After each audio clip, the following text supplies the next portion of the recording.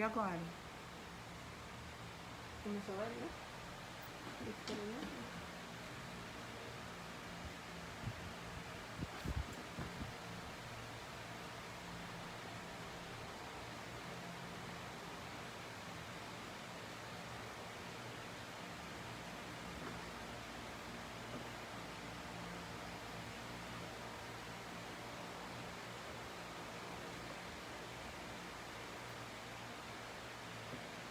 Ele achou que ligando de um outro botão. E aí, tá ligado o seu celular, por favor? Como é que eu vejo aqui? Vê aqui, Isabela, vou precisar que você coloque ele aqui. Eu não sei se ele já entrou. Vem cá. Tem 4 pessoas, ó. Mexe. Não, achei pra assistir, volta.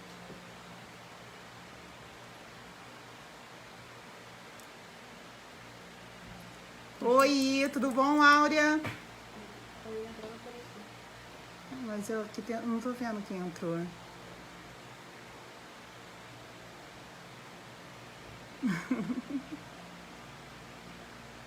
Tudo bom? Tô esperando o amigo entrar pra gente começar a nossa live. Bela, melhor você ver aqui. Você entrou, mas...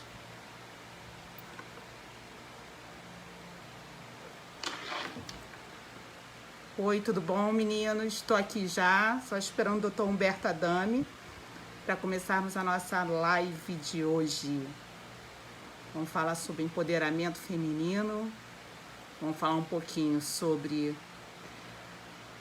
Esperança Garcia, muito importante. Vê aqui, Bela.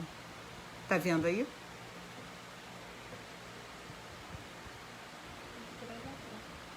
Hã?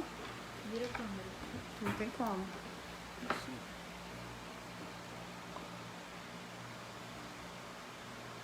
Tá vendo? Toda vez que entra,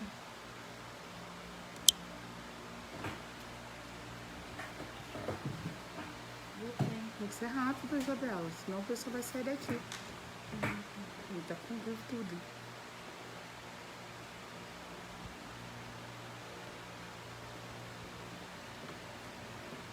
vou esperar ele entrar.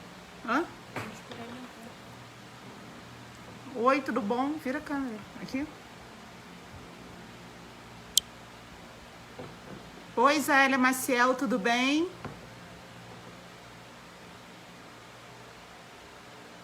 Vamos ver, tá dele. Que horas são, Bela? Falta 1 minutinho para começar. Ah, aqui, ele entrou, vamos. Ele.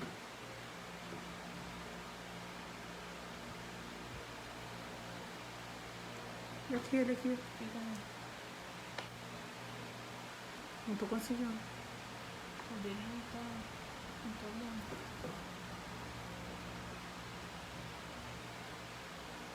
Ficou sem imagem. É, a gente... Deixa eu ver aqui se eu consigo. O dele tem uma liberada pra poder. Adame, eu preciso te adicionar. Vê se você tem que mexer em alguma coisa. Você já tem ele no Face? Tem. Aí pra ele apertar no botão dele, embaixo da tela. Aperta no botãozinho verde que tá embaixo da tela, Adame. Se você estiver me ouvindo.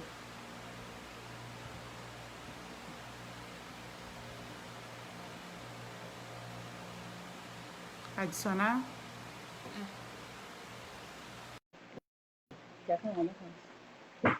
Vê se ele tá aparecendo, Bela. Como é que você vê?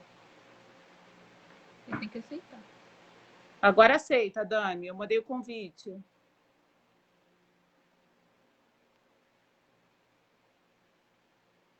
Pedro Alex. Tudo bom?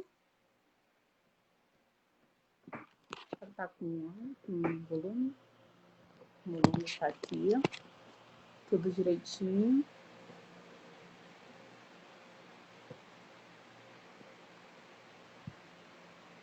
A Dami tá aí? Tá dando para ver?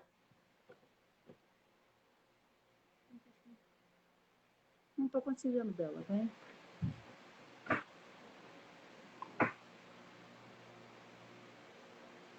Aqui, adicionando. Ah, tá adicionando.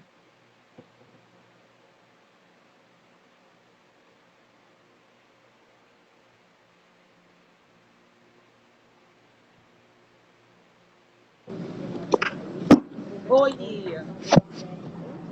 Cada hora você descobre um negócio. Eu estou falando do iPad, e aí eu estou apertando lá o botão participar e ele não entra. Aí ele diz assim, eu vou ler uma letrinha pequenininha assim, você precisa virar, estava assim, precisa virar assim. Assim está funcionando não, está de cabeça para baixo. Não, tem que ser assim. Então agora...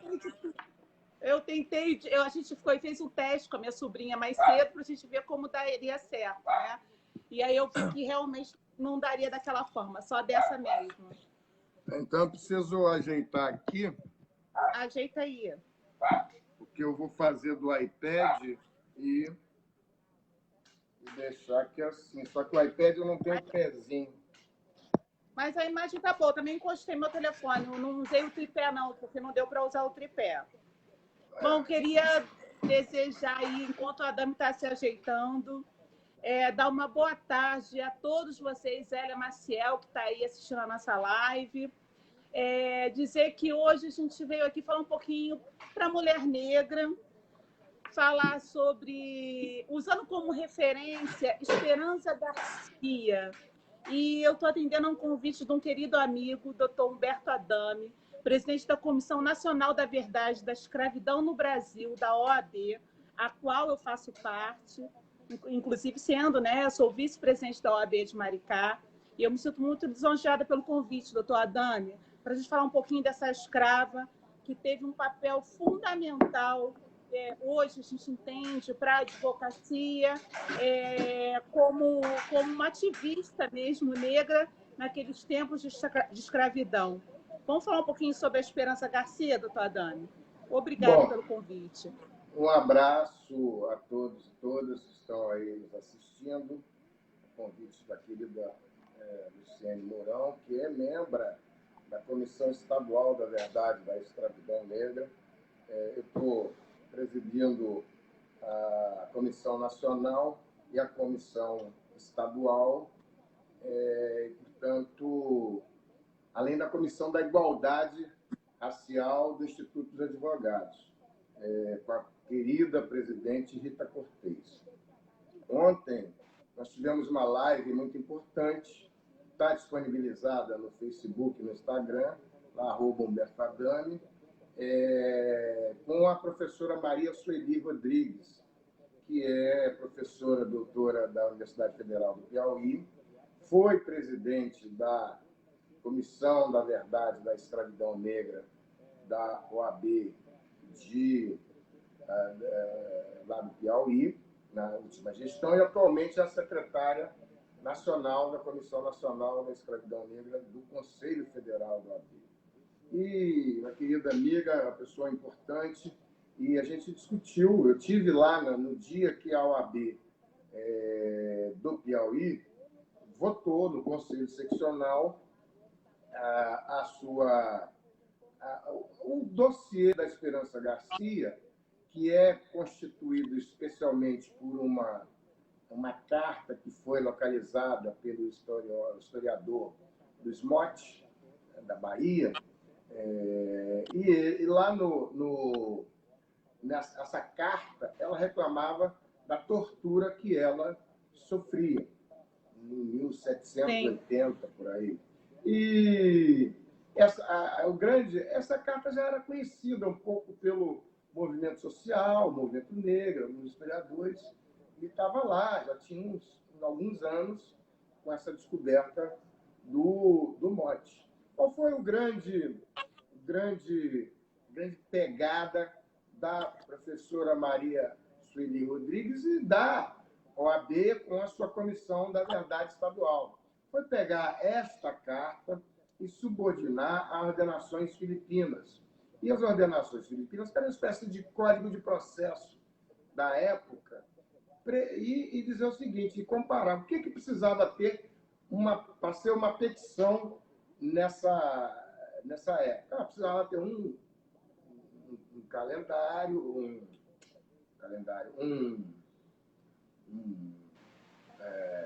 Cabeçalho, direcionamento, da petição, precisava ter uma fundamentação, precisava ter a identificação do requerente, como se fosse o Código de Processo de hoje em dia, onde você pudesse fazer uma petição. E ela, quando botou isso lá com a lei processual da época, em 1780, ela concluiu que aquilo ali era uma petição.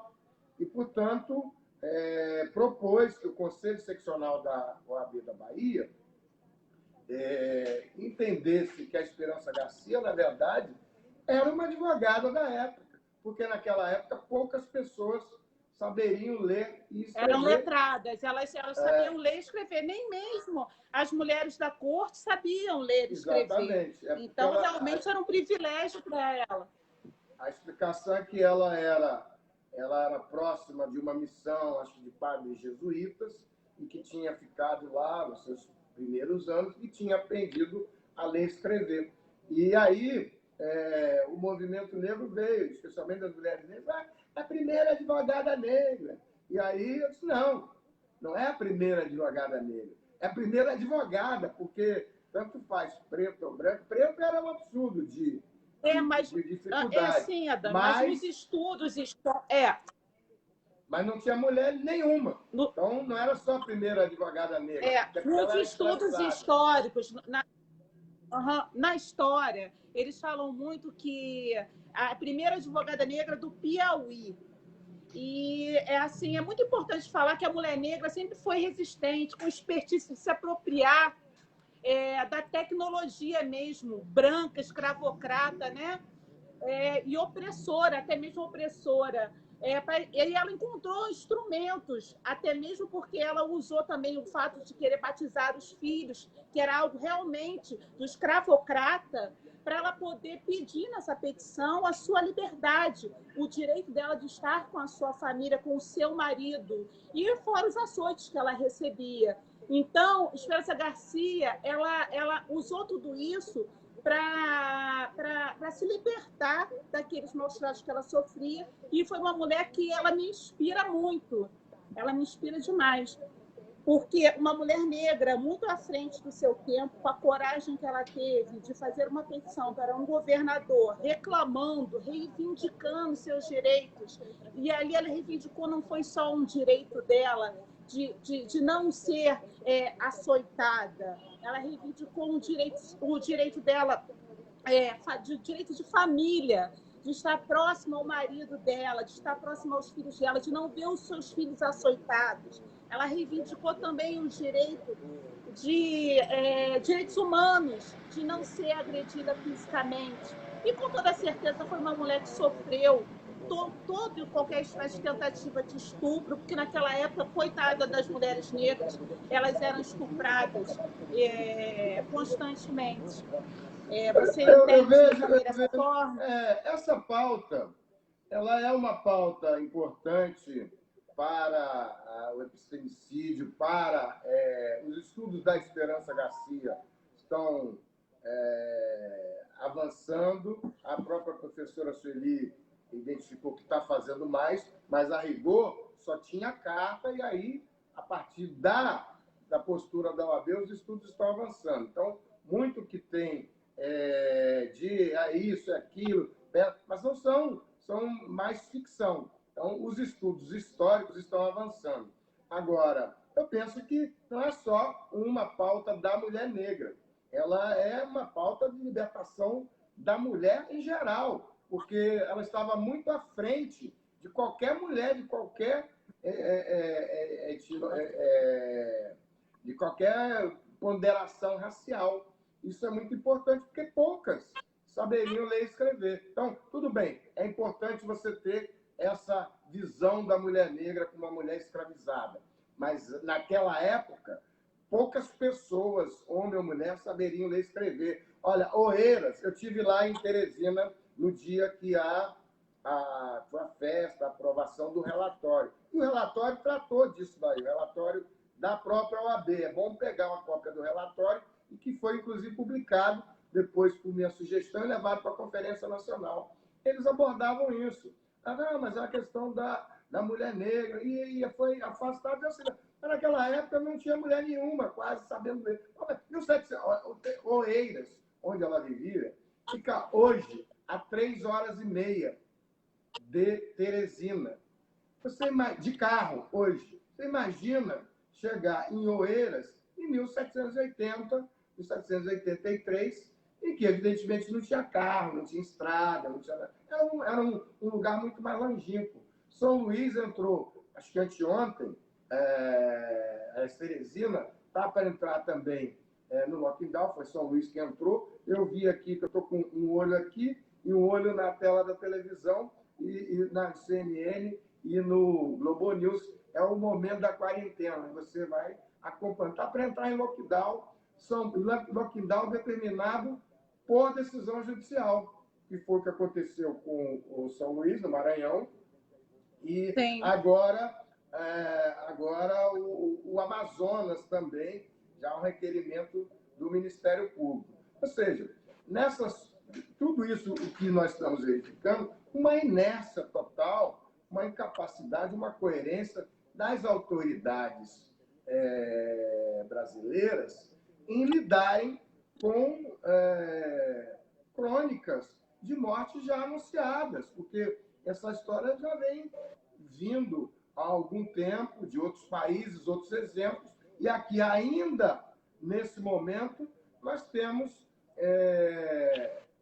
esse tipo de dificuldade e essa inércia em se defender a vida. Diga de passagem, eu falando especificamente da reparação da escravidão, eu resolvi, no meio da quarentena, a gente começou esperando passar a quarentena, e logo a gente verificou que a quarentena não vai passar tão cedo, isso tem, a questão do vírus vai continuar aí. E depois que acabar a pandemia, nós vamos lidar com os resultados e as repercussões da pandemia. Sim. Hoje de manhã, o presidente do Conselho Federal, o Felipe Santa Cruz, nosso presidente, fez uma live no IDEFAM, com Direito de Família, dizendo, olha, nós estamos numa realidade que impacta de frente a advocacia. Ela vai ter uma repercussão muito maior, e nós vamos ter que nos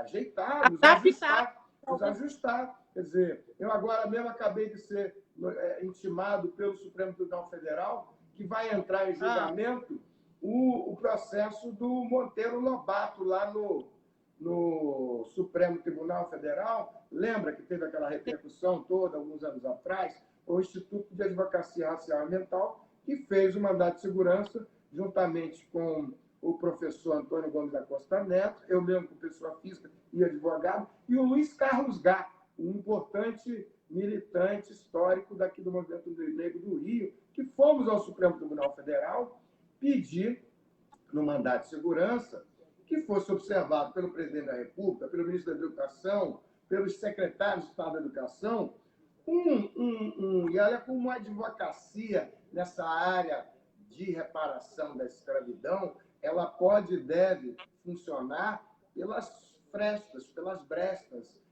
Isso eu tenho dito sempre para os advogados mais novos, que a gente tem que usar, fazer da advocacia um importante instrumento, uma ferramenta importante, seja no tema da mulher, seja no tema da reparação, seja no tema da discriminação racial e do racismo cotidiano. O que acontece, Adani? Você sabe que eu tenho um canal que eu falo que é o Pela Ordem Primeiro Elas, e lá é claro que a gente não pode deixar de falar que a Esperança Garcia, ela não viu só o lado da mulher, ali ela era uma voz da escravidão, em nome da escravidão. E aí eu sempre puxo mesmo para o lado feminino, porque eu sou feminista mesmo, nata. Sim. E realmente, em tempos de pandemia, as comunidades periféricas, elas vêm sofrendo muito mais, porque com toda certeza serão as mais atingidas com o vírus, até por falta de saneamento básico, de políticas públicas, porque o governo federal ele não pensou nesse momento e que isso poderia acontecer. Então, não fortaleceu o Sistema Único de Saúde e hoje nós temos uma preocupação muito grande, porque quando eu falo de coletivos, de pessoas que realmente vão passar necessidade, estão passando fome, necessidade. Isso vem, sim, de uma sociedade escravocrata que vem lá do passado e que essa reparação hoje, que tanto a gente fala dentro da SEVENV e de outros coletivos, se faz extremamente importante. No meu ponto de vista, a mulher, principalmente a mulher preta, ela que vai sofrer muito dentro desse estado, desse momento de pandemia, ela vai sofrer sim. Tem muitas mulheres pretas, já até nesses estudos estatísticas, são sozinhas, mulheres que são, a gente chama de arrimo de família, aquela palavra antiga, e que cuidam dos seus filhos sozinhas, e isso realmente vai se repercutir de uma forma muito, muito ruim, muito ruim. Então, aqui eu queria até deixar meu abraço a todos os ativistas dos movimentos negros, que é muito importante a gente falar com esses ativistas que estão na linha de frente, muitas vezes são perseguidos por isso, assim como é o caso da nossa vereadora, que foi morta, Marielle Franco. Queria deixar um beijo para a Aniele, uma amiga querida. Então, realmente, a gente não pode deixar de falar, e eu sei que você é um cara consciente e que pensa, por isso que eu estou com você dentro dessa comissão, que pensa assim na mulher preta, no direito, na igualdade da mulher, e aí eu vou falar de tudo. Eu gosto de falar de igualdade também, não só vou falar de reparação, para puxar esse livro para cá um pouco. Então, eu queria falar para você, queria saber um pouco da sua opinião com relação a isso, Adame, com relação a esse povo de periferia, pobre, preto, favelado, que está lá passando fome, que não tem acesso a um teste, muito menos a saneamento básico, que não vai morrer na favela, na comunidade, sem fazer um teste. Queria que você falasse um pouco sobre isso. Eu não estou conseguindo ver as mensagens. Normalmente fica as mensagens mandando aqui, mas eu liguei o celular aqui e já vi um monte de recadinhos aqui. Então, a Denise está falando. Quero repercutir aqui a presença do presidente da ANAM, que é o advogado Estevão Silva, de São Paulo. Estevão, um abraço, Estevão. Eu queria voltar um pouco lá. Eu acho que impor só, tirando a figura do presidente da República, que tem se tornado bastante prejudicial nessa discussão da preservação de vidas, uma teimosia absurdamente irritante e criminosa. Acho que ele vai acabar pagando por isso. Esses corpos todos que estão chegando aí vão ser depositados nos pés dele nas próximas eleições, e por isso a gente vê aquele espetáculo de 2 dias atrás na porta da delegacia lá de Curitiba, entre moristas e bolsonaristas, e nós aqui comendo pipoca, assistindo lá a discussão do Moro e Bolsonaro, que é absurdamente fora de qualquer tempero, enquanto as pessoas estão morrendo. Mas eu acho, e eu tenho me dedicado muito a compreender, observar e refletir, nada melhor do que a pandemia e ficar na quarentena e você absorver muitas informações. Eu acho que nenhum sistema do mundo estaria preparado para esses efeitos, especialmente no Brasil, onde o sistema já é carente de muitas coisas, especialmente com a população pobre, que, em sua grande maioria, é a população preta e parda. Então, esses sempre serão os mais atingidos. Nós seremos os mais atingidos. Mas ela acaba por ser maior na medida que essa insistência em querer não reconhecer as orientações do tal do achatamento da curva, que é você se preservar e diminuir a quantidade de pessoas infectadas para não serem todas estarem precisando dos equipamentos do hospital, que tem sido a única Mas, Adame, eu entendo o que você está dizendo. Como fazer isso numa comunidade que tem 10 pessoas dentro de uma sala, que convive dentro de uma... que mora numa salinha? É o que eu ia concluir. É impossível. Não é impossível. A própria... Eu tenho assistido muito a Flávia Oliveira e ela tem ressaltado, feito várias lives, e eu sou um fã, acontece, da minha querida amiga Flávia Oliveira, uma excelente jornalista, uma mulher negra de muita fibra, já tivemos várias campanhas em conjunto, e ela tem chamado a atenção para como as comunidades de favela têm adotado cuidados e ajustes para não depender de ninguém. Eles estão fazendo distribuição de alimentos, estão adotando as suas próprias regras, não estou esperando nada.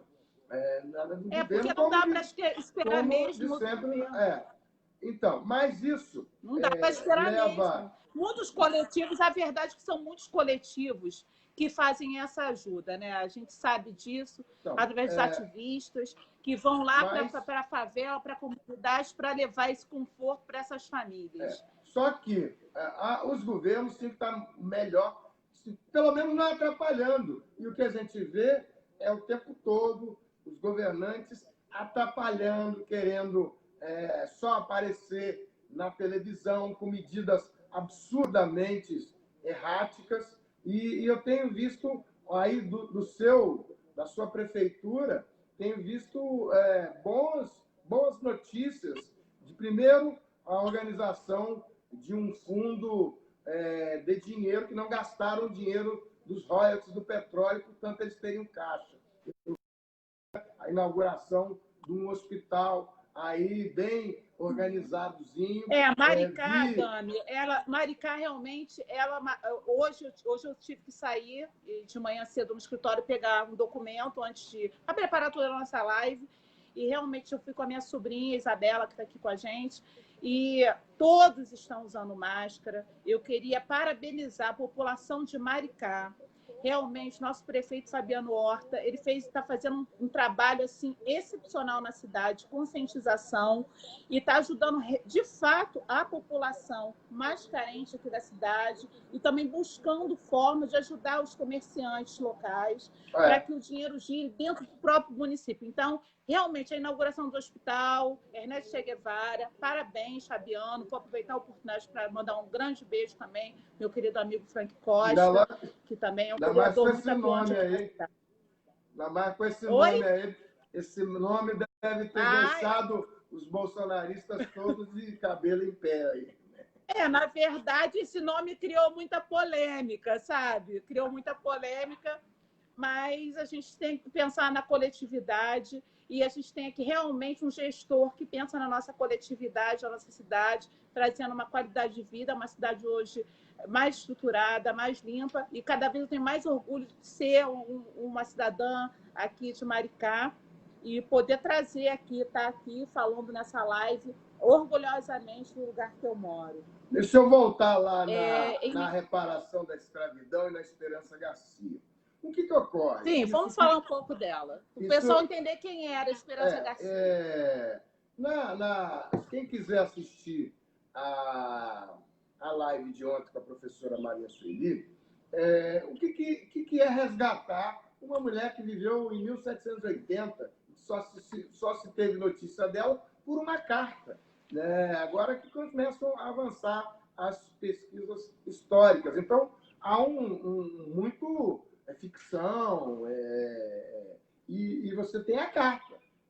Essa carta é um pedido. Não se tem nem notícia se a carta foi respondida.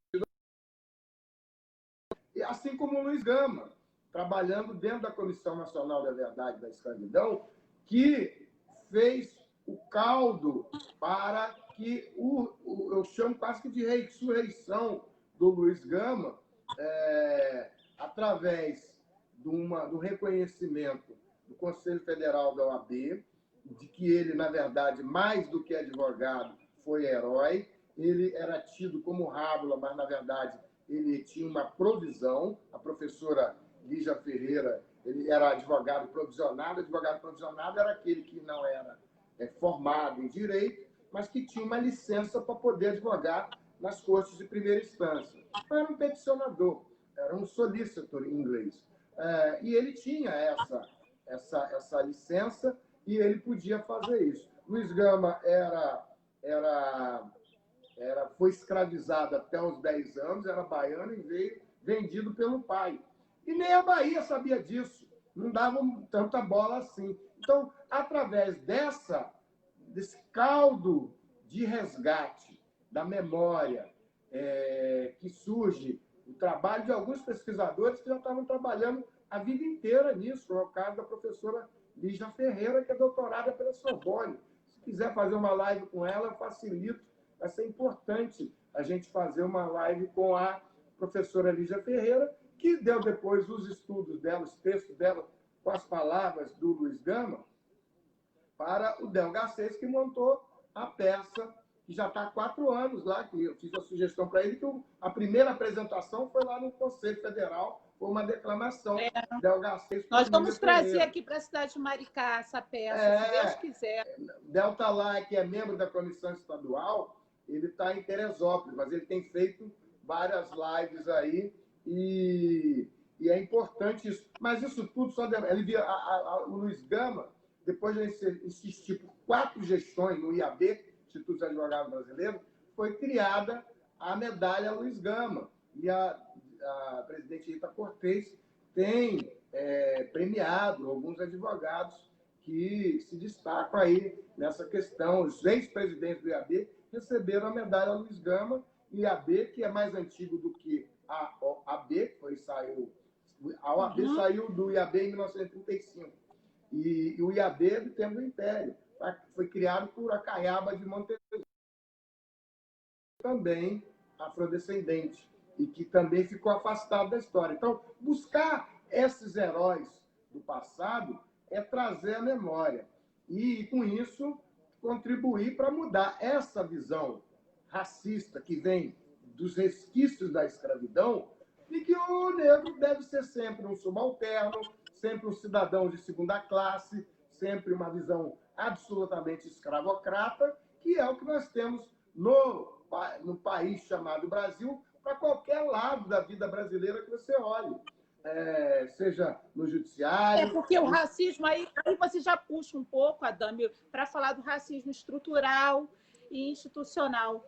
Porque nós não vemos negros à frente das mesas de poderes, de lugares de cargos mais altos, e até mesmo para atingir, para ter o espaço dentro da advocacia. É difícil, você sabe disso. O homem negro e a mulher negra, eles não possuem as mesmas oportunidades do que o branco. Isso não adianta falar que tem, porque nós não temos. Até por esse racismo, por essa escravidão que nós sofremos durante tantos anos, e que hoje ainda há resquícios disso, mesmo de forma velada, todos sabem. Não acho velada, não. Ainda existe resquício. Tem nada de velada, não. Muita coisa velada. Não, ela é escancarada. Ela só é escamoteada. Também. Ela é muito... Também. Quando você vê as estatísticas, você vê que não tem nada de velado. Ora, nós vamos ver o caso da desembargadora Ivone Caetano, aqui do Rio de Janeiro, que é a diretora de Igualdade Racial. Na qual quero mandar um beijo especial para ela. Doutora Ivone, um beijo. Minha gratidão por você ter me entregue aquela medalha lá em Niterói. Gratidão, doutora Ivone. Vamos lá, fala aí. Qual é o número da... Independente da gente sempre homenagear a Ivone pessoalmente, o que chama a atenção na Ivone é ela ser exatamente uma exceção absurda. Você veja que o Tribunal de Justiça do Rio de Janeiro tem 180 desembargadores hoje. Na história do tribunal inteiro, só tem a Ivone de mulher negra. Então, o tribunal só teve essa mulher. Então, a Ivone é merecedora de todos os encômios, todos os elogios, todas as homenagens. Mas o que chama mais ela é atenção... uma inspiração para essa advocacia preta que está aí. Ela é uma inspiração. O que chama mais a atenção é exatamente a exclusão. É o fato de só ter ela lá, com tantos advogados, juízes. Aí, em Niterói, tinha um magistrado que eu conheci na primeira instância, depois foi a desembargador, uma pessoa especialmente doce, um sujeito muito dedicado, que era o desembargador Gilberto Fernandes. Ele, inclusive, me deu a liminar, no caso aqui do Quilombo do Sacopã. Foi deferida por ele para que se impedisse a retirada do Sacopã, do Luiz Sacopã e da dona Neném. Bem, eu queria só voltar àquele ponto lá, que então a gente lida o tempo todo com essas coisas do passado que estão presentes no futuro. E eu tenho alguma dificuldade com esse conceito que está muito na moda do racismo institucional e no racismo institucional, porque não é um conceito do direito. E eu tenho até alertado para algumas pessoas que tem um cachorrinho aí. Não é aqui. Ela nunca late. Hoje ela nunca late. Porque ela está me vendo. Cá, minha filha, está acabando com a minha live. E aí... Fala, tá quietinho agora. E aí, eu vejo algumas pessoas dizendo assim, porque é um racista institucional, você é um racista institucional. Bom, eu tenho alertado para que quando você chama alguém de racista institucional, você, na verdade, está chamando de racista. E se não provar que a pessoa cometeu algum ato explícito de racismo, você pode ser enquadrado numa denúncia... Denunciação caluniosa. Exatamente. Mas é denunciação caluniosa. A Dani, e a pena é igual. Acontece, a coisa mais difícil que tem é de você provar que existe esse racismo estrutural e institucional. A verdade é essa. A figura é racismo. A figura, sim, tipo penal, mas é muito difícil de você provar esse racismo. A verdade é essa. É muito difícil ser provado. Posso falar... Eu sempre uso como exemplo, eu gosto de usar como exemplo, rapidinho, eu gosto de usar como exemplo a minha própria irmã. Ela trabalhou numa multinacional durante muitos anos. E ela é uma pessoa muito culta, com várias pós-graduações, fala inglês fluentemente. E ela não conseguia galgar cargos mais elevados dentro dessa multinacional e ninguém entendia por quê. E falta de qualificação não era, pessoas que entravam depois dela subiam e ela nunca subiu. Então, é muito difícil provar. Você tem razão quando você fala, Luciene, é racismo. É racismo. Mas esse racismo é muito difícil ser provado. Porque o racista, ele diz que não é. E ele sempre cola com um negro do lado dele para se apoiar como bengala e dizer que é um cara do bem, que ele tem amigo preto. Entendeu? Então, ele sempre coloca, porque hoje a gente, graças a Deus, com a reparação, nós temos sistema de cotas, tem outros programas que vêm para tirar esse peso do negro e essa falta de oportunidade. Mas é muito difícil lidar com isso, porque a gente vê no olhar da pessoa, Dani. Eu não sei se você já sentiu, eu creio que sim. Todo mundo você vê no olhar, na palavra, no aperto de mão. Entendeu? Seja em questões religiosas, seja com discriminação pelas religiões de matriz africana. Então, pelo jeito que a gente se veste, que é um direito nosso, que vem da nossa ancestralidade. Então, eu creio que seja algo muito difícil. E quando você fala de racismo, todo mundo fala que você é louco. Para de bobeira, você que é a racista. Eu falei assim, eu não sou racista. Não, você que é a racista, Luciene, porque você só vive falando disso. Eu quero deixar claro que eu não sou a racista porque eu tenho problema com branco, muito pelo contrário. Eu apoio todos. Eu aqui gostaria até de deixar um abraço para o desembargador doutor André, que ele é um antirracista, é um ativista e muito me orgulha por ser branco. Então, tem muitos brancos que são antirracistas e tem brancos racistas mesmo. Como temos negros também, que a gente pode até citar o nome daquela pessoa lá da fundação, que o senhor sabe quem é. O que eu Mas tô... pode continuar, doutor Adame, que me dá logo uma raiva, eu falo logo. Já me dá um ranço, eu falo. O que eu estou chamando a atenção, eu não discordo de nada disso que está sendo dito, nem, inclusive, dos conceitos de racismo estrutural, de racismo institucional, que são conceitos que são fora do direito. Aí diz assim, mas no direito não dá para resolver. Tá bom, mas o que eu estou alertando é que, especialmente para os mais jovens, é que eles têm que ficar atentos porque além de fazer a denúncia do racismo, e como você disse, é muito difícil poder provar, além disso, ainda cair numa armadilha, que nós já vimos alguns casos, que é você ser acusado pela denunciação, denunciação caluniosa, e você ainda pagar e acabar incluído nessa tipificação penal e cuja a pena de detenção é a mesma do racismo. Então, você vai denunciar alguém racista, por racismo, não consegue provar, e aí sai de lá denunciado. Nós tivemos aqui o caso da nossa colega, deixa eu ver se eu lembro o nome dela, alguém, por favor, me ajuda aí. Eu já estou ficando naquela situação que tem que escrever as coisas todas. Mas eu também escrevo, não fica nessa não, doutor. Eu também escrevo. A nossa colega, que estou agora, daqui a pouco eu lembro o nome dela, nós fizemos uma sessão de desagravo a ela. Demorou 20 anos para fazer, o ano passado, na Comissão Estadual da Verdade da Escravidão, fez esse desagravo no que a gente considerou, foi um evento que foi chamado a mulhenagem. Se alguém da comissão estiver vendo aí, bota nos comentários aí, que eu não estou vendo por aí, vou ter que vir por aqui, o nome da nossa... H alguma coisa.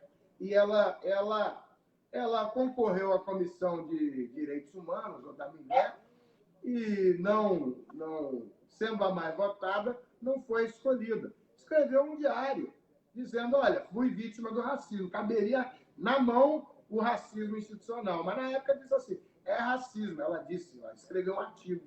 O que aconteceu? Ela foi denunciada ao juiz, houve uma interpelação criminal, e ela lá não soube sustentar, não pôde, não conseguiu, o advogado também, e ela saiu de lá indiciada por denunciação caluniosa. Acabou condenada, inclusive com prisão, que foi na segunda... Aglaete é o nome... Está funcionando tudo assim. Aglaete Nunes, inclusive, é militante do Movimento Negro. Eu me lembro que, naquela época, acho que foi na época de 90, isso causou... Foi logo depois da Lei 7716. E o que aconteceu? A Lei 7716, que era para combater os racistas, o primeiro condenado foi um militante do Movimento Negro. Foi o negro. E é muito sério, porque isso causou uma tensão nela. Eu me lembro que o movimento das mulheres negras se mobilizou muito. Minha irmã, Regina Adame, que foi assessora parlamentar do movimento das mulheres negras, veio para o Rio, um monte de gente veio para o Rio, todo mundo veio para a audiência, aquela confusão. Mas ainda assim ela acabou condenada.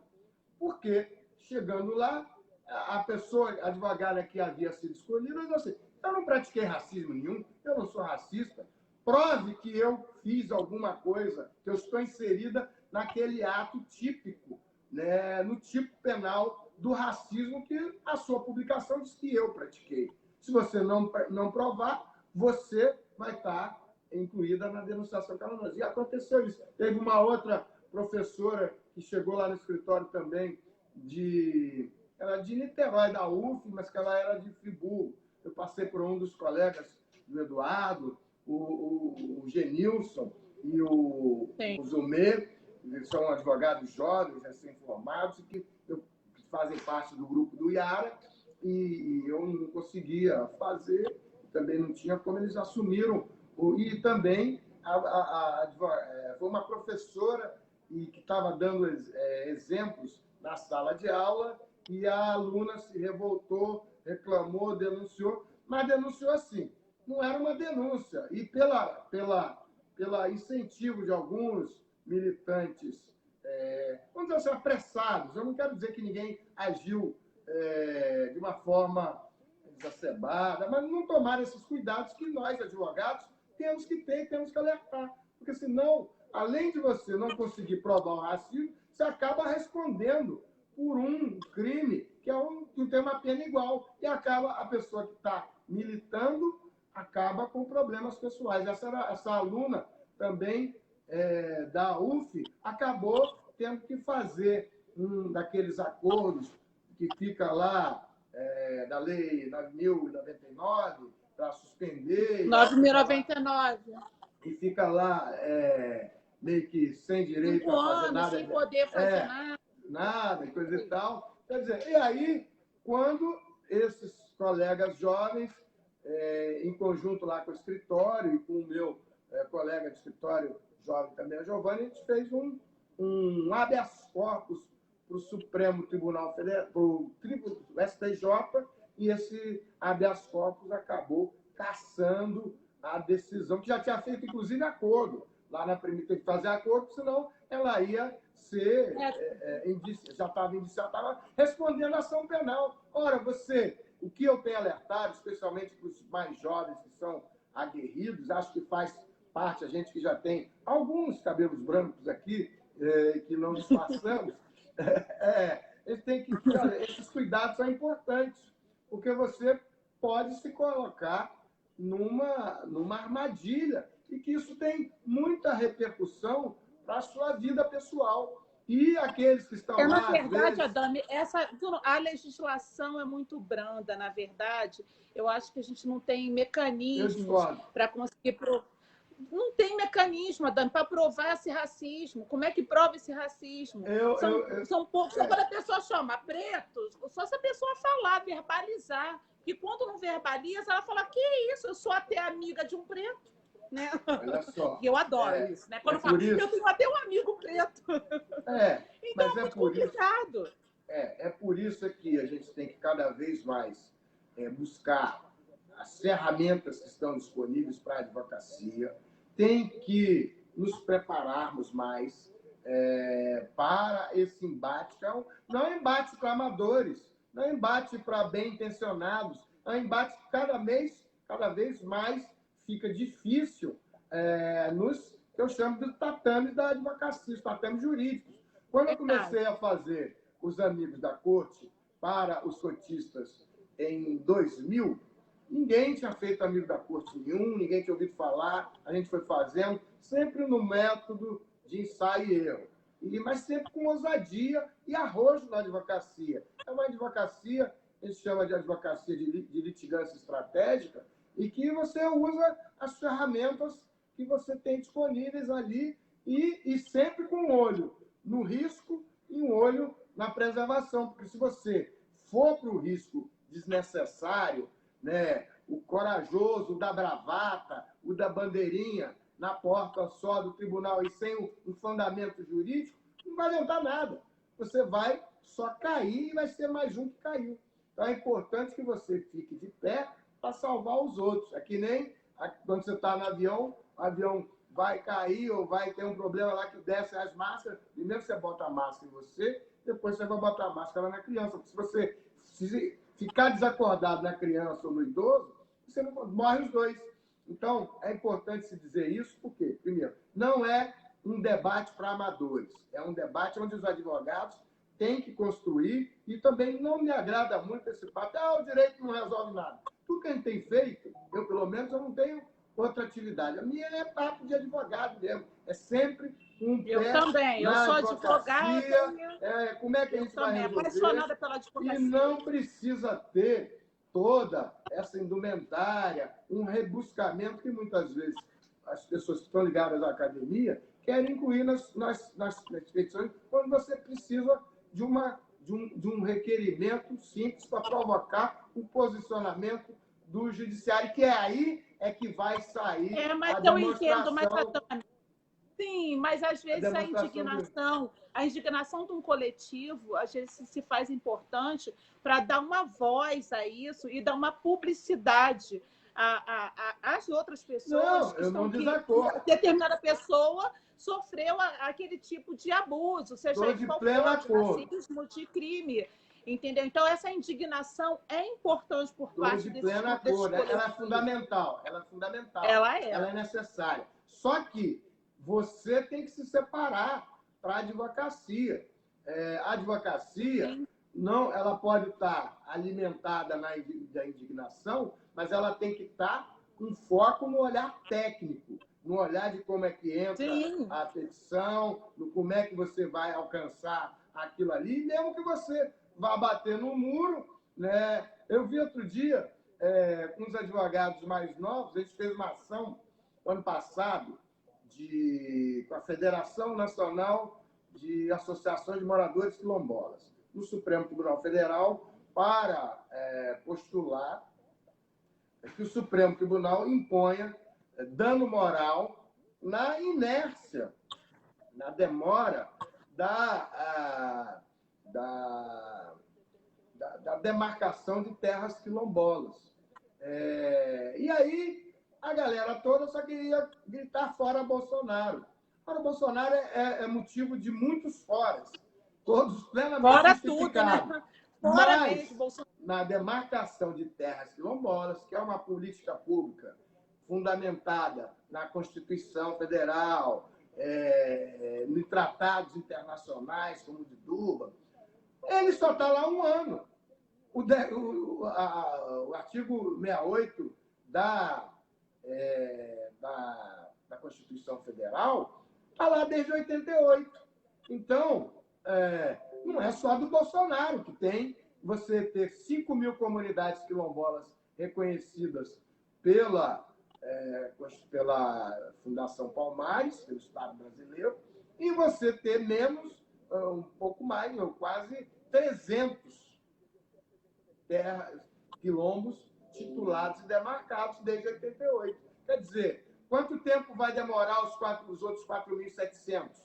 E o Bolsonaro tem 1 ano lá. Até acabar, né? Eles querem que acabe com os quilombos. Para que quilombo? Para que resgatar a história do povo negro contada por ele? Ninguém quer ouvir essa história, não, Adame. Mas o que eu estou dizendo é que essa conta, ela não é só do Bolsonaro, que está lá 1 ano. Ele agora, a gente está se mobilizando no Conselho Federal, e eu participei na segunda-feira de uma reunião da Frente Parlamentar Quilombola, como presidente da Comissão Nacional da Verdade e da Escravidão no Conselho Federal.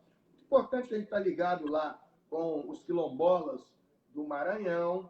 Essa frente é capitaneada pelo deputado Bira do Pindaré. A OAB do Maranhão estava acompanhando também, e temos o advogado, o Eric Moraes, a Eliana, lá da Comissão da Verdade e da Escravidão Negra, é a quase mais jovem Comissão da Verdade e da Escravidão, porque ela foi implementada em novembro do ano passado, ela não tem nem 1 ano. E também com o advogado Nonato Masson, advogado quilombola que eu já conheço há muito tempo. E aí levamos para o Conselho Federal, produzimos uma nota. Você vê que, às vezes, você trabalhar por dentro das instituições é muito importante e muito difícil também. Sim, com toda certeza, porque você tem tem a entrada, mas não tem uma flexibilidade. Não é uma coisa você fica fácil. engessado ali dentro. As pessoas, às vezes, têm ilusões. Você vai lá e faz lá, que a OAB... Não é assim. A OAB, como outro lugar qualquer, ela reflete, em muitos momentos, as normas institucionais mas a cara da sociedade brasileira. Então, é importante você ter uma comissão como essa, da verdade, da escravidão negra. Há 3 gestões, quer dizer, troca a presidente, a comissão continua lá, aos trancos e barrancos, sem orçamento. Deixa eu mandar um beijo aqui para a Adriana Pereira, ela é presidente da Câmara Municipal, vereadora lá na cidade de Saquarema, ela está nos assistindo. Estou para ir lá em você é motivo de Saquarema. orgulho. Mulher preta, presidente da Câmara. Parabéns, Adriana. Eu estou indo lá. Estou indo lá em Saquarema, tá? Em Saquarema e Iguaba. Tem um pedido para ir lá que ficou suspenso aí, mas nós vamos lá. realmente todas essas questões, Adame, elas se interpelam, elas se juntam, né? A gente falar de reparação é muito importante, porque o povo preto ele precisa, sim, a história do negro, do escravizado, ela precisa ser contada pelo escravizado, porque ela, na verdade, ela sempre foi contada pelo escravizador. Então, é importante resgatar assim, e para que a gente possa ter um futuro melhor, um futuro menos preconceituoso, onde pretos e brancos tenham as mesmas oportunidades. Porque resgatar essa história contada da forma correta, da forma certa, que, ao meu ver, dentro do meu entendimento, vai fazer com que as nossas crianças negras possam olhar e conseguir observar quem são seus verdadeiros heróis. Porque, a princípio, o que se vê é que sempre é contada pelo lado... O perdedor não tem história. É como se o perdedor na história não se conta a história de quem perde uma luta. E, na verdade, tem muita coisa a ser contada aqui dentro do nosso Brasil, e o trabalho que a CVM desenvolve é muito importante, porque a história que faz parte da nossa história. Uma vez eu estava falando com um amigo meu, ele, porque somos todos pardos, eu sou pardo, eu sou moreninha, eu sou isso. Eu falei, cara, assim, eu falo de racismo, falo de escravidão com muita tranquilidade, porque eu falei, se você pensar que existe o mulatinho, como eu odeio essa palavra, mulato, pardo, seja lá o que for, para mim é preto e branco, se você falar que existe isso, que isso foi fruto de estupro, que na verdade foi isso que aconteceu, por isso que existe. Foi o europeu que estava aqui que estuprou a escrava lá e por isso que miscigenou todo mundo. Então, você tem que falar com isso com muito respeito ao negro por ter passado por tudo isso aqui no nosso país. E reparação é, de fato, importante. Muita gente fica contra, como você fala, do sistema de cotas, outros tipos de reparações, fala, para que tudo isso? Que bobeira, temos direitos iguais, somos iguais, e nós não somos, não. Eu gostaria muito que existisse igualdade, mas, infelizmente, não existe essa igualdade. Essa igualdade é uma ficção, entendeu? E só sobrevive aquele que realmente consegue alcançar seu espaço. Mas o governo Lula fez isso, fez aquilo outro, todo mundo foi para a universidade. Foi. Mas mostra lá quem conseguiu terminar a sua faculdade, então conseguiu alcançar um emprego bacana, com dignidade e que não está em subemprego. Eu não quero ser uma subcidadã negra, eu quero ser uma cidadã brasileira negra. Eu acho que você tem razão. Eu queria aproveitar, estou acendendo a luz aqui porque está ficando escuro, e para deixar mais claro aqui. E como é uma live informal, a gente vai fazendo tudo junto. Mas eu queria fazer uma pontuação que eu acho importante de 3 assuntos. A diferença entre a questão da reparação da escravidão e do racismo do cotidiano. Acho importante pontuar isso, porque... vamos ver aqui agora. Acho importante pontuar isso, porque há uma diferença muito interessante, que é o cotidiano, o racismo que você tem no meio da rua, o racismo cotidiano. Isso tem sido trabalhado pelas comissões de igualdade racial. Você é isso, negro aquilo.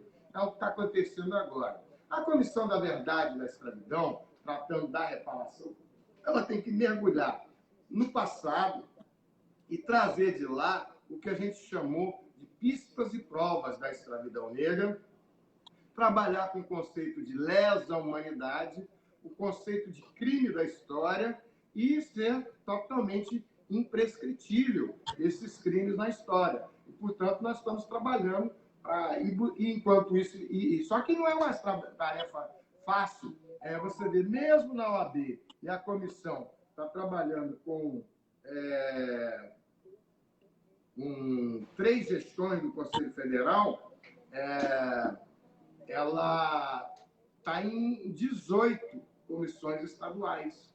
Nós não conseguimos, em 3 gestões, colocar E não depende do presidente, fez isso ali. Não, não é. Ainda bem que tem isso, você tem que trabalhar na mood, né? Dentro das ondas chocadas no mar da instituição, sem desdobrar. Você vê um exemplo muito interessante, foi quando teve o impeachment da Dilma. E todos os petistas da comissão bateram a porta da comissão e pensaram, OAB golpista, e foram embora. Então, o que eu ia fazer?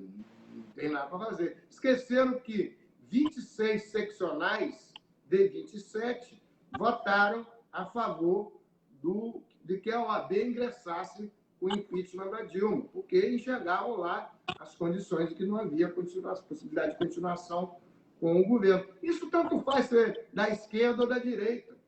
Para pretos e pardos, a importância era continuar lá essa comissão que agrega, que catalisa. Olha, você vê hoje, não teria mais nada. E eles queriam largar tudo. Quer dizer, eles colocaram as preferências partidárias e ideológicas acima da questão racial. Aí eu liguei, tem um professor Ademir, doutor Ademir Santos, que eu aprendi na Comissão, na verdade, da Escravidão Negra, lá na OAB de Campinas. Ele diz assim, Dani, a galera está esquecendo que, na verdade, isso aí é só um furinho no muro da branquitude do Conselho Federal, da OAB, como é de outros lugares, como deve ser do Legislativo de Maricá, como na própria OAB, em muitas seccionais, nos partidos políticos, nas grandes empresas, no Congresso. Tudo isso, essa aí é o espelho da sociedade escravocrata brasileira que lida hoje ainda com os resquícios da escravidão. Bem, e aí faz o quê? Joga fora? Então, aí liguei para o Frei Davi também, é um importante interlocutor, um conselheiro. Você não precisa concordar com tudo o tempo todo, as pessoas só precisam dialogar e falar, olha, vamos tratar de sobreviver a essa onda e chegar lá no outro lado da onda. Quer dizer, se a gente não tivesse conduzido com paciência, com parcimônia e com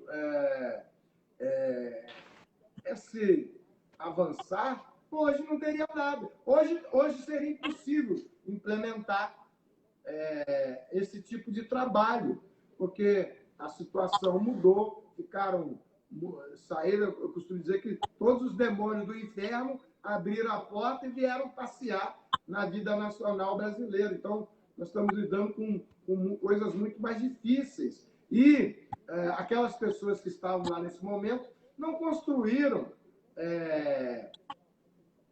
estruturas sólidas que pudessem fazer frente a esse momento que estamos vivendo. Nós temos aí a OAB, não temos tantos partidos políticos e, nesse aspecto especial, você não vê nenhum partido político com uma história clara, definida, da reparação da escravidão, nenhum. Só a OAB, a professora Maria Sueli chamava isso a atenção, só a OAB discute reparação da escravidão negra no Brasil hoje, mas ninguém, com dificuldades, com orçamento nenhum, de forma permanente. E com muitas críticas. Mas de certa forma, Dami, tudo bem, só a OAB discute a reparação. Mas na época, pelo menos que o Lula era presidente, ele fez muitos atos que dizem respeito à reparação também, de certa forma. Porque quando ele atingiu o pobre, quando ele ajudou o pobre favelado, eu não estou falando que eu sou petista, não, tá? Só para deixar claro.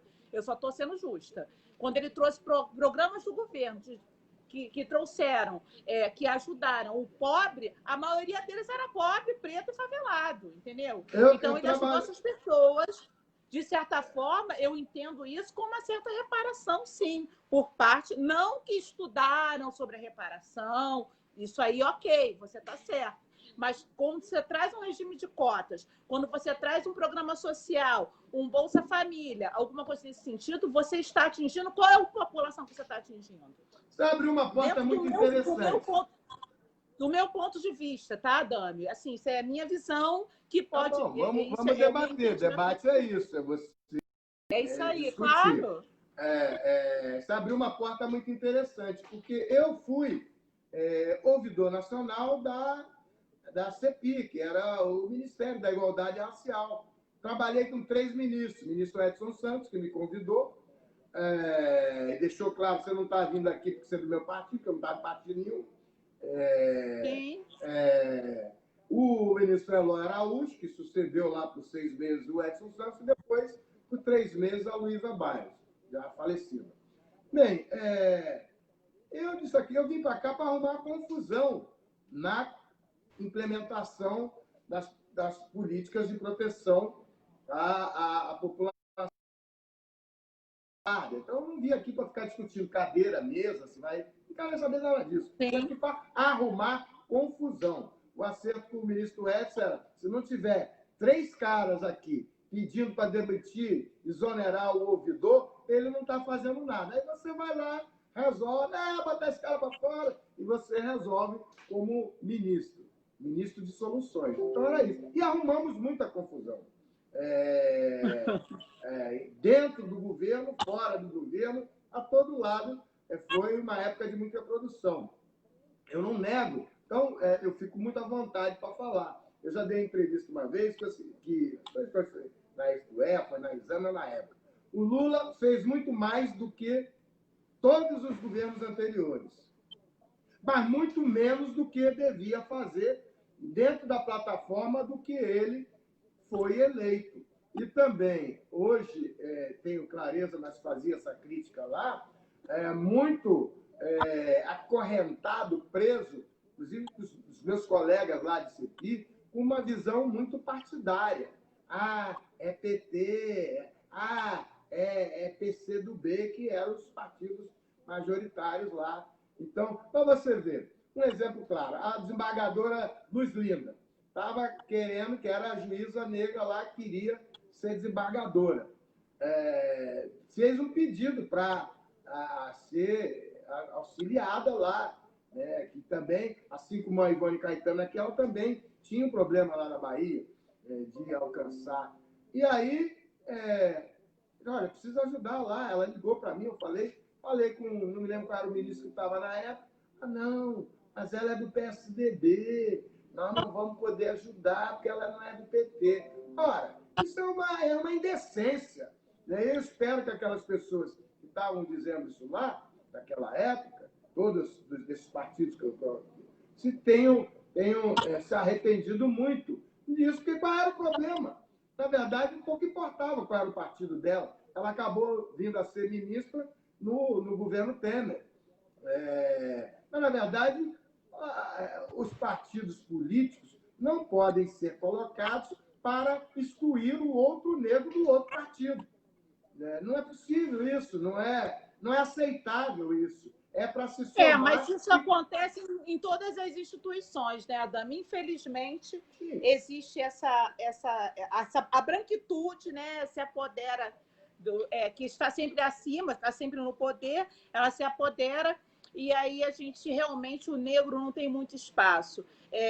Agora que eu vejo, até na nossa própria instituição, na OAD, mais negros à frente de algumas comissões, entendeu? Isso é uma verdade.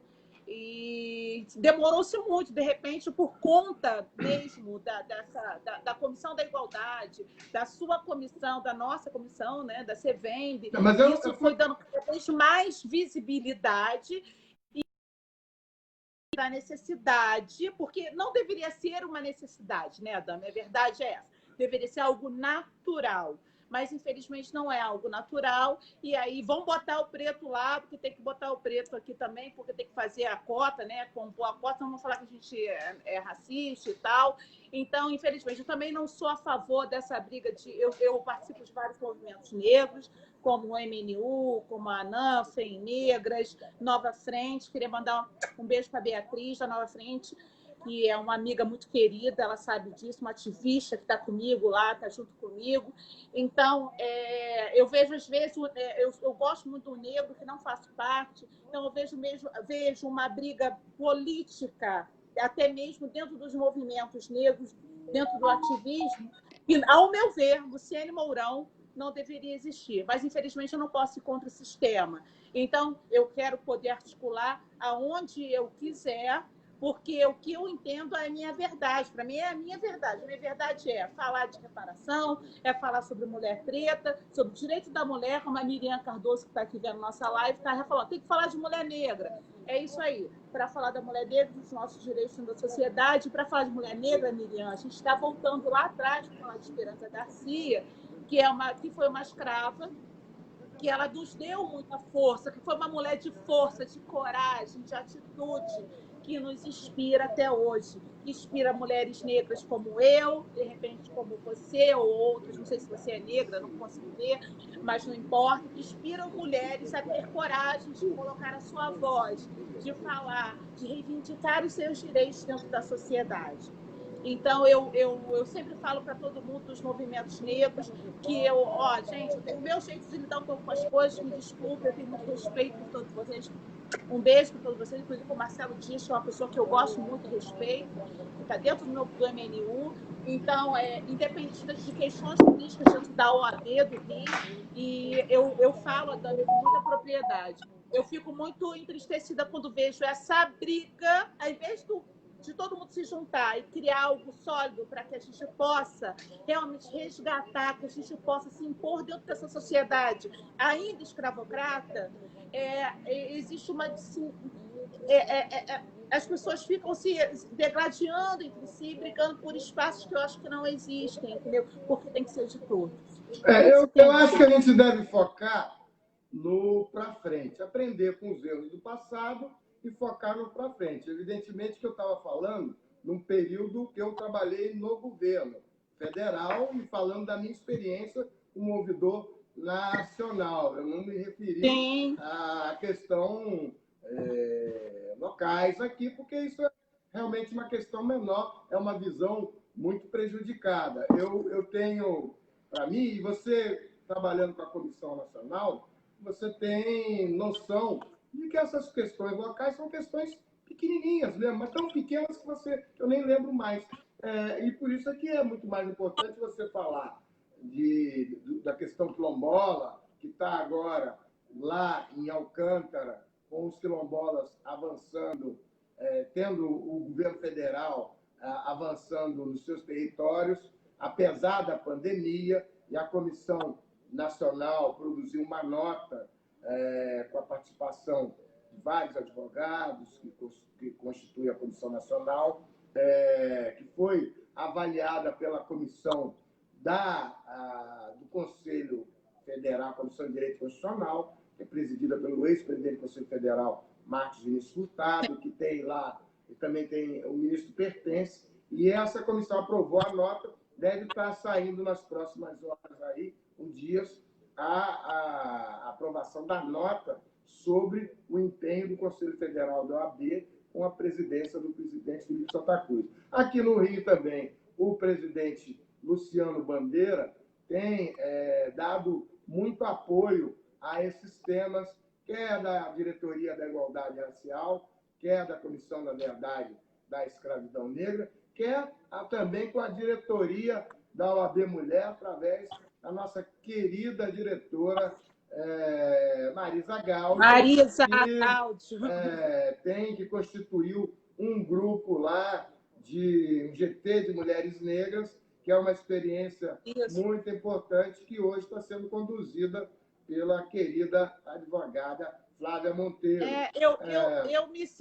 Eu fico muito orgulhosa, sabe, quando eu vejo o movimento que está sendo feito dentro da OAB hoje, através do Luciano Bandeira, com relação a isso, a mulher, primeiramente mulher, e aí realmente a gente tem que parabenizar a Marisa Gaudio pelo excelente trabalho que ela faz, eu já falei isso publicamente várias vezes, e realmente a nossa comissão, a CVENG, que também vem desenvolvendo um trabalho muito importante, já vinha desenvolvendo, você à frente, você realmente é muito atuante. E não poderia também deixar de falar do doutor Ivone, à frente da Diretoria da Igualdade Racial, que é o nosso orgulho, não adianta, não tenho o que dizer da doutora Ivone.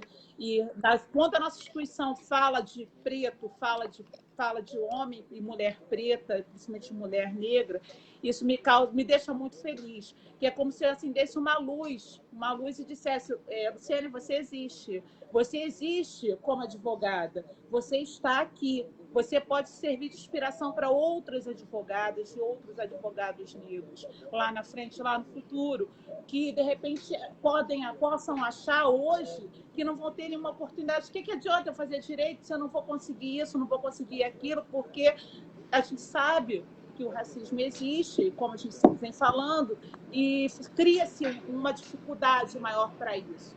Então, eu sempre gosto de trazer essa palavra para os jovens advogados. Uma vez eu fui abordada num evento aqui da Prefeitura de Maricá, por um menino que estava estudando direito, e falou, tira uma foto comigo, eu tenho muito orgulho de você, você me representa, e eu olho para você, eu me vejo advogado do futuro. Então, aquilo me deixou muito emocionada, porque eu olhar para o menino daqui da minha cidade, que está fazendo direito, que olha para mim, ele se espelha, ele se identifica.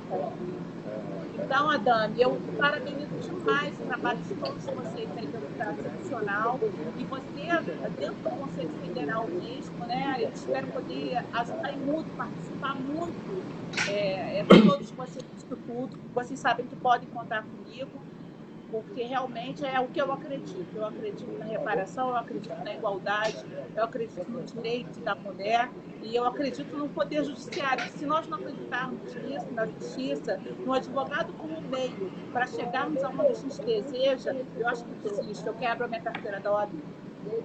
Eu acho que eu precisava, antes de encerrar, a gente falar sobre o projeto do Manuel Congo, que foi um projeto desenvolvido no âmbito da Comissão da Verdade e da Escravidão, foi anunciado aí no encontro estadual das Comissões da Verdade e da Escravidão que a gente fez em outubro do ano passado. A gente se dedicou, desde a segunda gestão, a implementar comissões estaduais da Verdade e da Escravidão nas subseções. Estamos fazendo isso no último ano. A gente fez Volta Redonda, Vassouras, Barra Mansa, está previsto lá Barra do Piraí, Resende. E vamos fazer em Maricá. E tivemos a presença do presidente da subseção de Maricá, o advogado Eduardo, e também a presidente da Comissão da Igualdade, Márcia. Doutora Márcia Braz. E a gente tem trabalhado nisso, não está para abrir agora, já estava previsto, estava agendado por causa da pandemia, a gente não conseguiu fazer a de Niterói, lá com o presidente Ricardo Gomes. Isso. E o presidente da subseção Cláudio, e também de Cabo Frio, com o presidente Kelvin, que já autorizou lá também a Comissão da Verdade lá na Escravidão. Porque qual é a diferença disso e por que é tão importante incentivar essas comissões locais? Eu acho que essas tarefas todas elas são muito grandes e você não tem nem... Você vai passar a vida inteira fazendo isso e não vai conseguir terminar. É preciso trazer mais gente, advogados novos e novas, que possam trazer o seu esforço para essa luta e se somar dentro da Ordem dos Advogados e em outros locais. E não ficar perdendo tempo com essas disputas pequenas, que não levam a nada, que você mesmo disse, e que não vão chegar a lugar nenhum. Eu acredito também totalmente nisso, porque unidos a gente pode alcançar coisas muito maiores, né, Dani? Tanto é que nós havíamos até marcado para fazer o Manuel Congo aqui, você queria fazer, e aí a gente até tinha algum evento na mesma época, no mesmo mês, a gente abriu mão para poder fazer algo em conjunto, porque eu acredito nisso. Mas é importante dizer que esse projeto do Manuel Congo, que é o que eu queria mencionar, é um projeto que a Joyce, que é professora do Instituto Federal, já vinha me falando do Manuel Congo há um tempão. e ela sabe como é que eu funciono. Você tem que ir lá, ficar ali, mas quando a ideia não entra assim, e você tem muitas coisas para fazer, você fica ali. Uma hora você abre uma gaveta, outra hora outra. Até que um dia a professora Joyce, que é membro da Comissão Estadual da Verdade da Escravidão Negra da OAB do Rio de Janeiro, professora do Instituto Federal do Rio de Janeiro, lá do Núcleo de Paracambi, me manda uma reportagem com uma comemoração, quase feriado de Mendes, e que a OAB de Mendes participava. De quem? Em nome do Manuel Congo. Aí fomos pesquisar mais sobre o Manuel Congo. Manuel Congo esse feriado lá de Mendes, é bem feriado, é um quase feriado.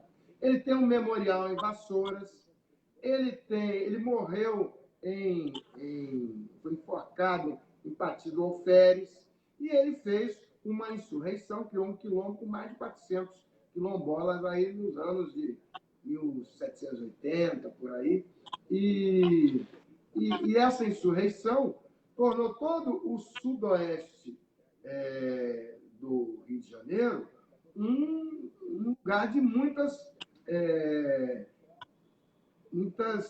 resquícios da história da escravidão negra com o nome de Manuel Congo. Manuel Congo é o segundo herói negro do Rio de Janeiro, por lei. É uma lei da deputada do PT, Inês Pandeló, que eu conheci através da ex-deputada e vereadora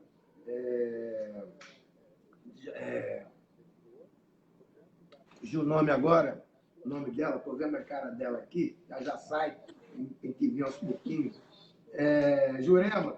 E a Jurema me apresentou a deputada Inês, inclusive eu fui advogado lá do clube lá de Volta Redonda, quando ele foi amigo da Corte para o Supremo Tribunal Federal, apoiar as cotas.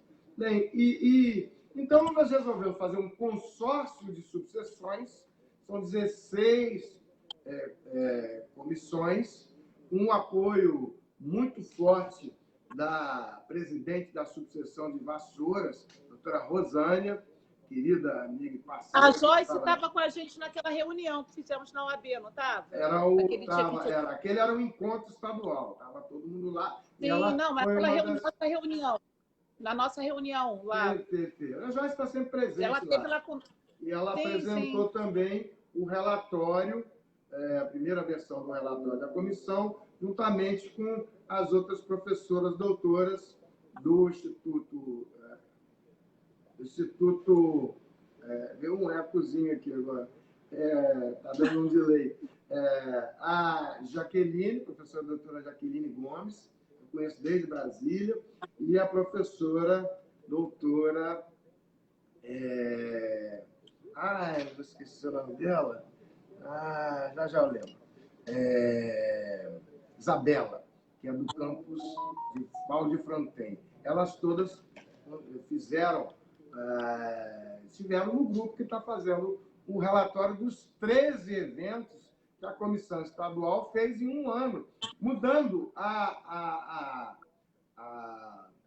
metodologia que era adotada, proposta pelo Conselho Federal, e que se revelou mais adequada nisso. Não adianta ficar um cara falando sobre a reparação da escravidão e como ele é bom em saber sobre a reparação da escravidão, se você não estiver plantando nos núcleos locais pessoas que vão lidar com isso. Por isso que no dia do encontro vieram as várias comissões que já existem, como a Comissão da Verdade da Escravidão Negra de São João do Meriti, que é pilotada lá pelo Evandro Aleluia, um advogado que sequer estava ligado a esses temas, que não está em partido nenhum, em núcleo nenhum, em movimento nenhum, e que me dá o feedback, o que é que mudou depois de fazer a Comissão da Verdade de São João do Meriti, que agiu com muita inteligência e pegou o projeto do João Cândido, que já era um projeto dele, e tornou projeto da Comissão Estadual lá de São João do Meriti, do João Cândido, o Museu do João Cândido. Ele diz, Dami, olha, o que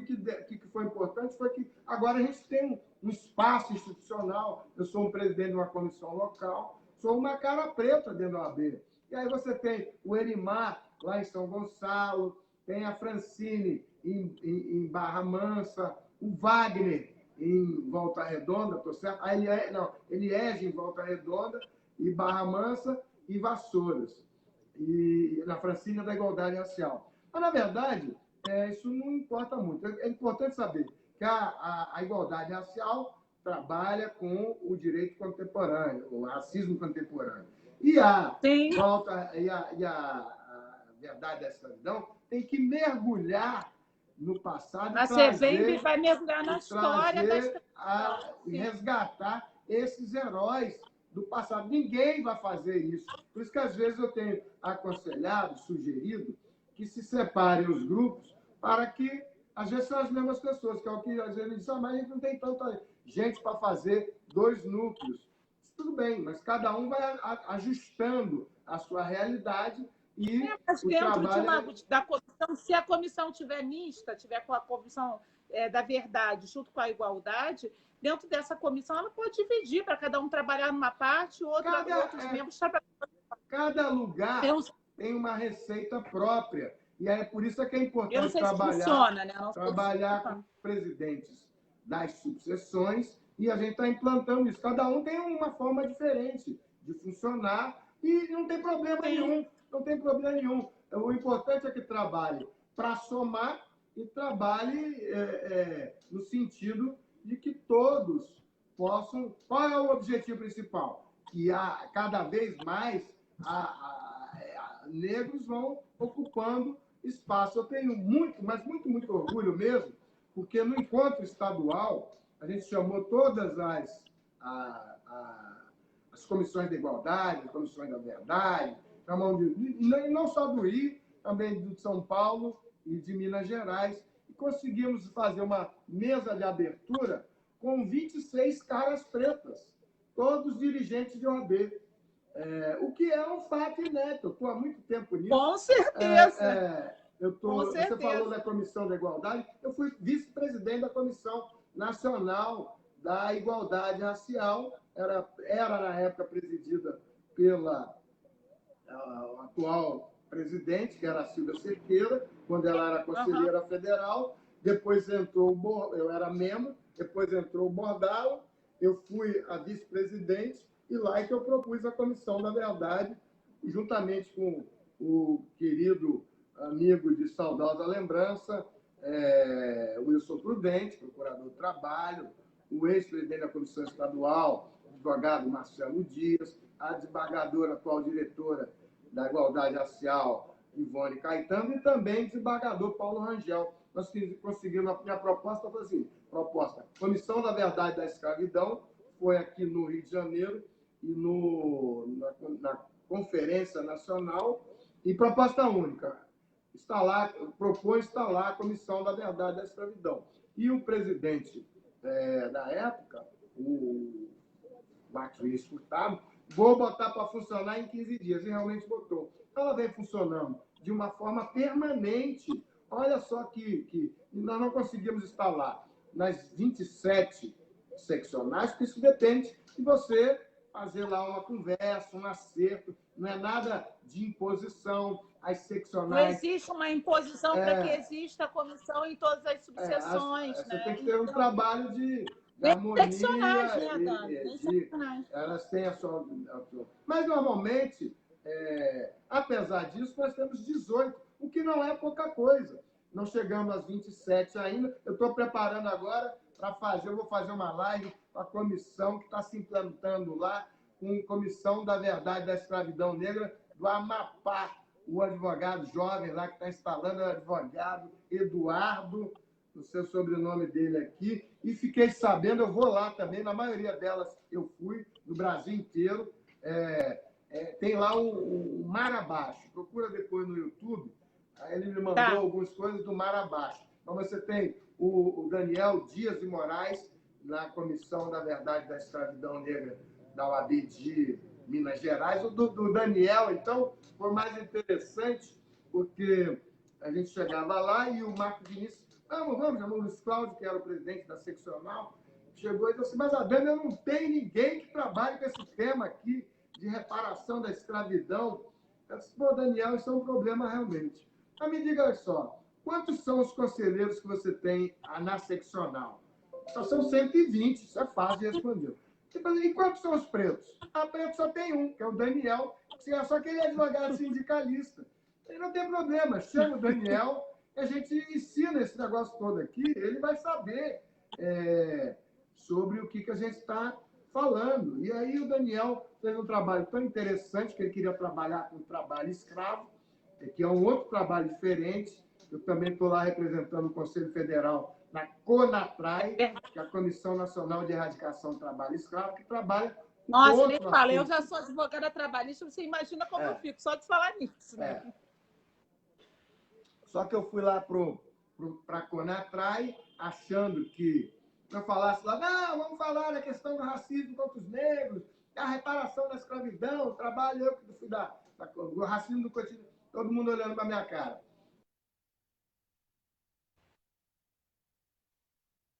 Só dos negros, também do boliviano, do chinês da pastelaria, do boliviano naquelas coisas de fazer roupa, né?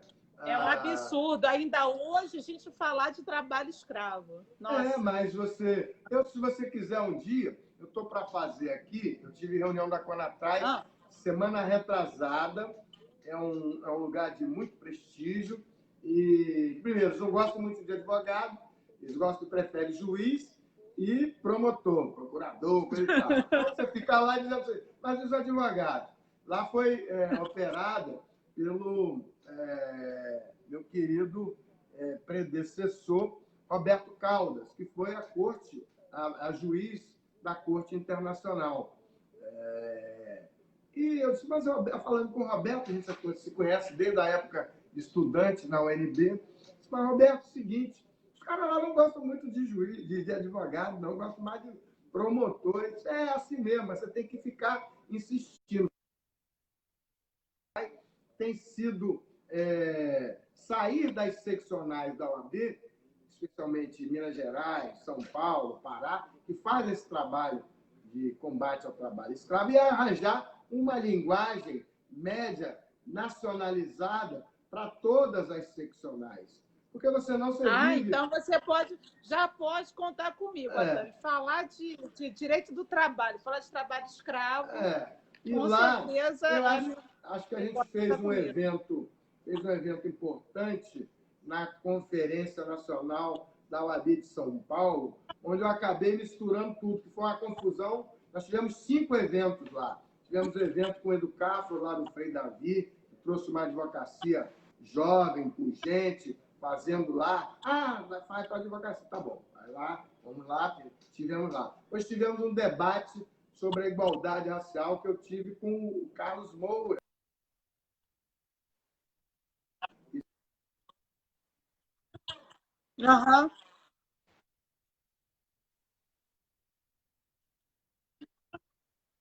Das mulheres que foram...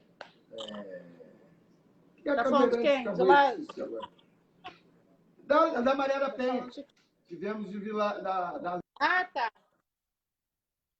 Ela teve num painel junto comigo lá, um painel conjunto. Depois tivemos esse evento sobre reparação em conjunto com o trabalho escravo, que tivemos a ministra Adelaide, tivemos o próprio Roberto Caldas, e tivemos o Iego Ferreira, daqui do Rio de Janeiro, que foi falar, e o Delga 6, que também foi para lá, inclusive representar o Luiz Gama. Tudo misturado, mas foi importante, porque lá a gente discutiu, e é o que eu quero voltar a fazer. É muito conhecimento, Adame. Quanto mais mistura, melhor fica, porque a gente só fica esponjando, adquirindo mais e mais conhecimento. Eu sou fã desse tipo de conversa, desse tipo de...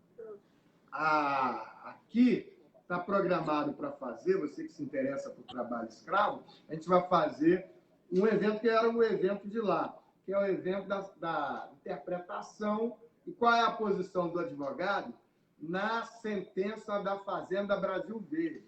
A sentença da Corte Interamericana sobre a Fazenda Brasil Verde no Pará é o que tem de mais moderno em relação ao sistema internacional jurídico de condenação do Estado brasileiro por conta de não obedecer às regras e os tratados internacionais. Então, o Brasil foi condenado, e agora o trabalho do Ministério Público, especialmente do Ministério Público do Trabalho e do Poder Judiciário, tem sido localizar as vítimas, que houve a condenação em essa condenação, e agora para pagar não se acham as vítimas.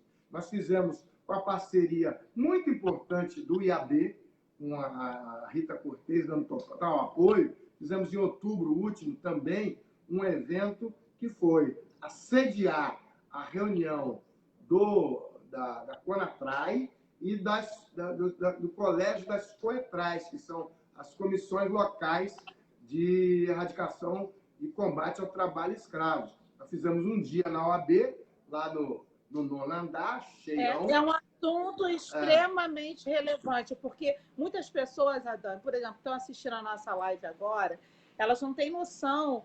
Ouvi falar de trabalho escravo, de que existe. Não só o trabalho escravo, como o trabalho infantil. Né? E existe demais isso ainda aqui no nosso país. Parece mentira. Então, eu fico feliz de ouvir você falar sobre isso e saber que a nossa instituição se preocupa também com esse fato. Eu estou propondo o seguinte: primeiro, esquecer a confusão da pandemia, esquecer a confusão que está morrendo muita gente, porque toda vez você ouve assim, não, mas agora não é o momento de falar sobre racismo, sobre reparação, e eu acabei com essa história. Eu vou falar agora e, a partir, chamando todo mundo para falar sobre reparação da escravidão, porque o momento é muito importante, porque a pandemia demonstrou como isso está impactando nas mulheres, mas também nos homens, na população mais pobre, que tem